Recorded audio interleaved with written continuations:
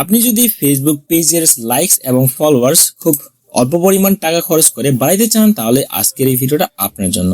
আজকের এই ভিডিওতে আমি লাইভ দেখিয়ে দিব। যেমনটা দেখতে পাচ্ছেন এখানে কিন্তু নোটিফিকেশন আকারে শো করতেছে যে কোন কোন মানুষগুলো আসলে আমাদের এই পেজে লাইক দিয়েছে। হ্যাঁ, তো দেখতে পাচ্ছেন এখানে এতগুলো মানুষ like a post you shared, মানে আমার যে পোস্টটা শেয়ার করা হয়েছে সেখানে কিন্তু লাইক দিয়েছে। ফর এক্সাম্পল আমি যদি নোটিফিকেশনও ক্লিক করি, তো এখান থেকে দেখতে পাচ্ছেন সুলতান, তারপরে আরো অনেক মানুষের নাম দেখা যাচ্ছে, আমরা এখান থেকে সম্পূর্ণ দেখতে পাচ্ছি। হ্যাঁ, যে এই এতগুলো মানুষ ফলো দিয়েছে বা লাইক করছে। তো এটা কিন্তু একদম ফেসবুকের যে অ্যাডস ম্যানেজার টুলসটা আছে এটা ব্যবহার করেই করা হয়েছে।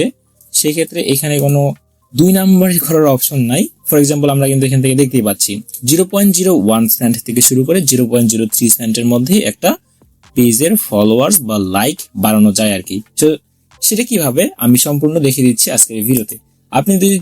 আপনি যদি চ্যানেলে নতুন হয়ে থাকেন তাহলে বলবো অবশ্যই চ্যানেলটি সাবস্ক্রাইব করবেন, এবং আপনার যদি এই ধরনের সার্ভিস লাগে তাহলে অবশ্যই স্ক্রিনে দেওয়া হোয়াটসঅ্যাপ নাম্বারে যোগাযোগ করবেন, অথবা ডিসক্রিপশন বক্সে দেওয়া আছে হোয়াটসঅ্যাপ নাম্বার, সেখান থেকেও আপনি আমাদের সাথে যোগাযোগ করতে পারেন।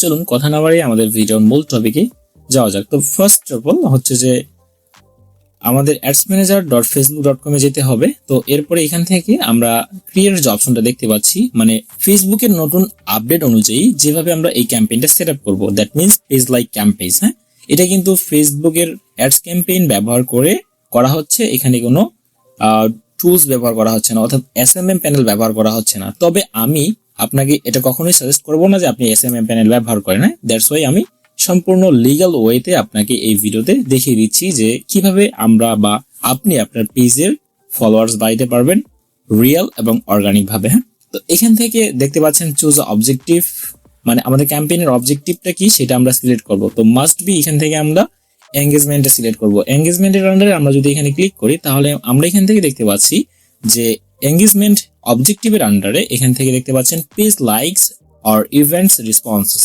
তো এখান থেকে আমরা পেজ লাইকটা অবশ্যই ভালো পেতে পারি, দ্যাটস ওয়াই কিন্তু আমাদের এঙ্গেজমেন্ট অবজেক্টিভটা সিলেক্ট করতে হবে।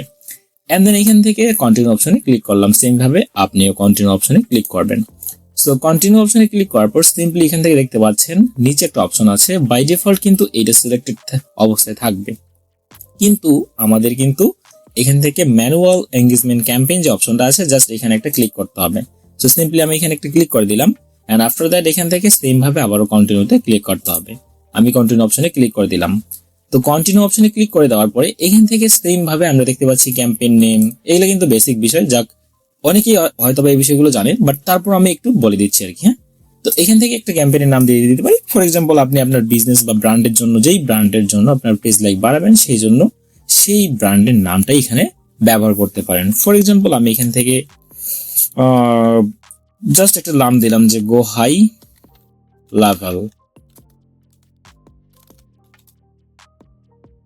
Page likes. হ্যাঁ, আজকে হচ্ছে যে 6 মে। ফর এক্সাম্পল আমি এখান থেকে এই নামটা দিলাম। এইটা নামটা দেওয়ার পরে এখান থেকে সরাসরি নিচে চলে আসব।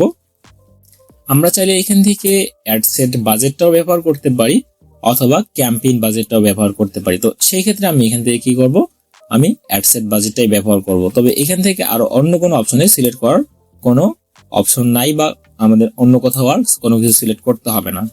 তো এরপরে আমরা চলে আসলাম অ্যাডস ক্যাম্পেইন অপশন থেকে আমরা কিন্তু অ্যাডসেট লেভেলে চলে আসলাম। হ্যাঁ, তো এখান থেকে আমরা আমাদের ডেস্টিনেশনটা মানে দিতে হবে, এক কথায় আমাদের কনভার্সন লোকেশনটা কি। যেহেতু আমরা আমাদের কনভার্সন লোকেশনটা কোথায় যাচ্ছি, ফেসবুক পেজ অথবা ইনস্টাগ্রাম পেজ, বিজনেস পেজ। হ্যাঁ, সো এখান থেকে আমরা কি করবো, এই যে সবার নিচে যে অপশনটা আছে এখন কিন্তু এই নামটা পরিবর্তন হয়ে গেছে। আগে কিন্তু এখানে এই যে ইনস্টাগ্রাম অর ফেসবুক, এখান থেকে কিন্তু আগে ফেসবুক পেজ লেখাটা ছিল। হ্যাঁ, তো এটা নামটা একটু পরিবর্তন হয়ে আসছে, বাট দিন শেষে সেম একই আছে যে এখান থেকে কনভার্সন লোকেশনে ক্লিক করে সবার শেষেরটা। হ্যাঁ, তো এখান থেকে ইনস্টাগ্রাম অর ফেসবুকে ক্লিক করা হলো। দেন এখান থেকে শুধুমাত্র আমাদের কনভার্সন লোকেশনে ক্লিক করলেই হবে না যে ফেসবুক অথবা ইনস্টাগ্রাম, মাস্ট বি আমাদের পারফরমেন্স গোল যেটা আছে সেটাও কিন্তু এখান থেকে maximise number of Facebook page visits না। হ্যাঁ, এখান থেকে maximise number of page likes. যখন একটা ব্যক্তি পেজে লাইক করবে তখন অটোমেটিক্যালি সেটা পেজের ফলোয়ার হিসেবেও কাউন্ট করা হবে অথবা লাইক করা হবে। হ্যাঁ, এখান থেকে আমরা ফর এক্সাম্পল দেখতেই পাচ্ছি, হ্যাঁ, যে আমরা যদি এখানে নোটিফিকেশন অপশনে ক্লিক করি দেখতে পাচ্ছেন লাইকস ইওর পেজ। এবং এখান থেকে আমাদের এই যে 68 ফলোইং, হ্যাঁ, তো এটা আসলে ফলোয়ার্স বাড়াবার লাইকস এই যে দেখতে পাচ্ছেন 2.1k ফলোয়ার্স, হ্যাঁ, তো এটাকে বোঝানো হচ্ছে। তো এখান থেকে আমরা এখন কি করব, আমাদের পারফরমেন্স গোলটা হবে maximise number of page likes. তো এরপরে মূলত আমরা আমাদের যথার্থ যে পেজটা আছে সেটা কিন্তু সিলেক্ট করব, যেমনটা আমাদের এখান থেকে সিলেক্ট করাই আছে, হ্যাঁ। তো এটা সিলেক্ট থাকা অবস্থায় আমরা জাস্ট এখান থেকে এই যে সেম ভাবে অ্যাডসেটের নামটাও পরিবর্তন করে দিব, হ্যাঁ। তো এই নামটা আমি এখান থেকে অ্যাডসেটটা রাখবো, কিন্তু ওই যে ক্যাম্পেইনের নামটা যেটা প্রোভাইড করছিলাম যে গো হাই লেভেল পেজ লাইকস, হ্যাঁ, তো এখান থেকে সেম ভাবে আমি এটা দিয়ে নিচ্ছি। দেন এখান থেকে একটা এরকম মার্ক বা চিহ্ন ব্যবহার করলাম বোঝার স্বার্থে, হ্যাঁ, যে এই ক্যাম্পেইনের এই অ্যাডসেটটা হয়, হ্যাঁ, এবং সেম 6 মে এখানে সিলেক্ট অবস্থায় আছে, হ্যাঁ। তো এরপরে আমরা এখান থেকে কি করব, নিচে স্ক্রল করব। তো নিচে স্ক্রল করার পর দেখতে পাচ্ছেন ইউর ডেইলি বাজেট, হ্যাঁ, আমাদের ডেইলি বাজেট মিনিমাম $1 দিতে হবে। তো এখান থেকে সিম্পলি আমি $1 দিয়ে নিলাম, হ্যাঁ। তো দেখতে পাচ্ছেন এখান থেকে কিন্তু আমাদের ক্যাম্পেইনটা এইভাবে শুরু করতে হবে। মেবি $2-3 মধ্যে আমাদের অনেকগুলো ফলোয়ার্স বা লাইকস পাইতে পারি আমরা ফেসবুক পেজের মধ্যে, যেহেতু পার পেজ লাইক 0.01 সেন্ট থেকে শুরু করে 0.03 সেন্টের মধ্যে আমরা পাচ্ছি। তো আমাদের ডেইলি বাজেট $1 দিয়ে শুরু করলাম। তো $1 দেওয়ার পরে এখান থেকে আমরা একটু নিচে চলে আসব, ডেটটা যেটা আছে সেটাই থাকবে by default. Then after that এখান থেকে আমাদের লোকেশন, যেহেতু আমরা বাংলাদেশি পিপল চাচ্ছি সেই ক্ষেত্রে এখান থেকে আমাদের বাংলাদেশটা বাই ডিফল্ট সিলেক্ট আছে, তবে আমরা চাইলে এটা অন্য কান্ট্রিও দিতে পারি, তবে আমি এটা প্রেফার করি না। আমি অবশ্যই বাংলাদেশের অডিয়েন্স চাই যারা আমাদের বিজনেস পেজের বা বিজনেসের সাথে ইন্টারেক্ট করবে, হ্যাঁ। তো আপনার যদি টার্গেট কান্ট্রি আলাদা হয় তাহলে সেক্ষেত্রে আপনি আলাদাও সিলেক্ট করতে পারেন, হ্যাঁ, সেক্ষেত্রে কন্টেন্ট স্ট্র্যাটেজিটা অবশ্যই আলাদা হবে।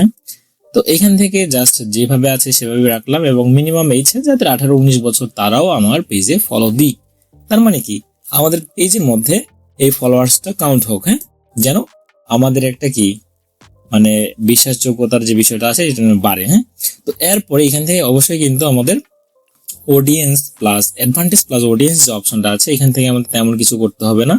আমরা জাস্ট এখান থেকে নিচে যাব, এই যে অ্যাকাউন্ট কন্ট্রোল এবং এর নিচে দেখতে পাচ্ছি যে অ্যাডভান্টেজ প্লাস প্লেসমেন্টস, হ্যাঁ, এই অপশনটা কিন্তু আমাদের অবশ্যই এডিট অপশনে ক্লিক করতে হবে। কেন করতে হবে আমি একটু পরে দেখিয়ে দিচ্ছি।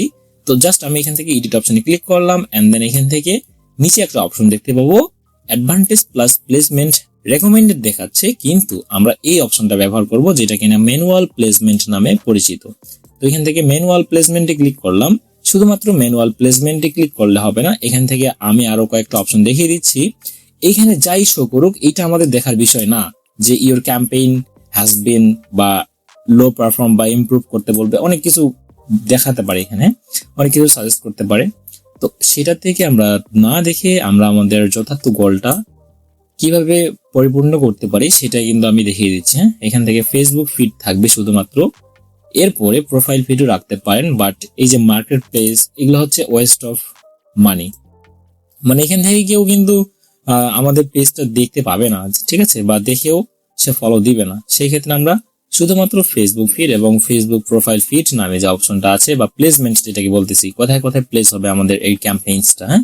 তো এরপরে আমরা এখান থেকে সরাসরি নিচে চলে যাচ্ছি। দেন এখান থেকে সার্চ রেজাল্টস, আমাদের পেজের নামটা বা বিজনেসটা সবাই নাও জানতে পারে, সেই ক্ষেত্রে তারা সার্চ করে যে ফলো দিবে এমন সম্ভাবনা খুব কম আছে, হ্যাঁ, বা আপনার যে পেজটার জন্য আপনি কাজ করতে যাচ্ছেন, হ্যাঁ। তো এরপরে এখান থেকে সব উঠিয়ে দেওয়ার পরে জাস্ট আমি যেটা বলতেছি আবারও যদি রিপিট করি, তাহলে ফেসবুক ফিড এবং ফেসবুক প্রোফাইল ফিড এই দুইটাই এই চেক মার্কটা থাকবে, বাকিগুলো থেকে উঠিয়ে দিতে হবে, হ্যাঁ। তো এরপরে মূলত আমাদের এখানেও কাজ শেষ। আমরা এখন সরাসরি চলে যাব নেক্সট সেকশনে, যেটা কিনা অ্যাড নামে পরিচিত, আমরা এখান থেকে দেখতেই পাচ্ছি, হ্যাঁ। তো এরপরে আমরা এখান থেকে নেক্সটে ক্লিক করলাম। নেক্সটে ক্লিক করার পরে আমরা আমাদের ফাইনাল স্টেজে চলে আসছি। দেন এখান থেকে আমরা নিউ এঙ্গেজমেন্ট, এইখান থেকে সেম ভাবে আমরা আমাদের নামটা দিয়ে নিলাম, হ্যাঁ। তো দেখতে পাচ্ছেন ক্যাম্পেইন স্কোর 70%, হ্যাঁ। তো এটা আসলে আমাদের তেমন কোনো মাথা ব্যথা নাই, আমরা আমাদের যথার্থ গোলটা পরিপূর্ণ করব, হ্যাঁ। তো এখান থেকে আমরা কি করব, এই যে ক্রিয়েটিভ সেটআপ এখানে ক্লিক করার পর আমাদের যথার্থ যে ডিজাইনটা আছে সেটা কিন্তু ব্যবহার করব, এবং ব্যবহার করার পরে এখান থেকে নিচে পাবলিশ অপশনটা আছে, এই পাবলিশ অপশনে ক্লিক করলে আমাদের ক্যাম্পেইনটা কিন্তু পাবলিশ হয়ে যাবে।